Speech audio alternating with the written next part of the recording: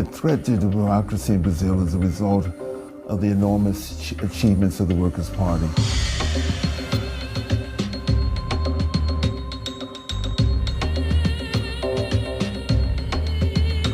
Brazil has an election on October 7th, and this is a very big election for a number of reasons. This one is a really unusual election because, first of all, the most popular candidate, the former President Lula da Silva, is in jail, and he would have won the election by all the polls if he had been allowed to run. In the first decade of the 21st century, they reduced poverty, they had a vibrant economy, they extended their relationship with other countries in Latin America. The Workers' Party was first elected to the presidency with Lula in 2002, and then he was re-elected, and then he could only serve 2 consecutive terms. And so in 2010, one of his ministers, Dilma Rousseff, ran, and she won, and then she won again in 2014. Now that period was a very successful period for social and economic progress in Brazil. And then in 2015, there was a recession, and the right-wing opposition parties to Dilma, who was in office, took advantage of that, and they impeached her. They didn't really have a crime. They accused her of a kind of an accounting manipulation, which all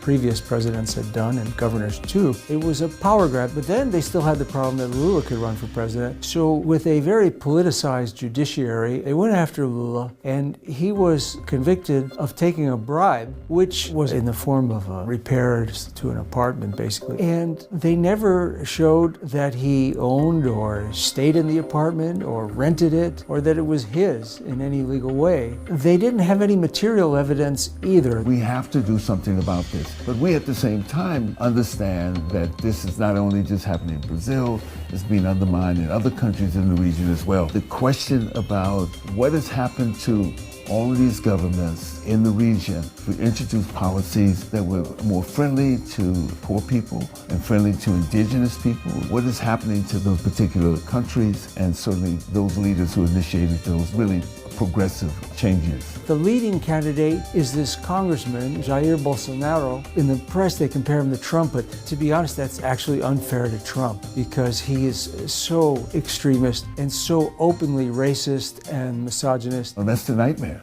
Basically, what he represents is the same kind of ideology of Donald Trump. He's extremely to the right. He certainly has attacked not only African religions, he's also called for the intervention of the military as well. You have to remember this country is a relatively new democracy. It's only 30-something years since the dictatorship. Progressives have to be concerned not only what is happening here in the United States, but also concerned about those who are progressive in other countries in Latin America as well. And certainly Brazil is one of those progressive forces.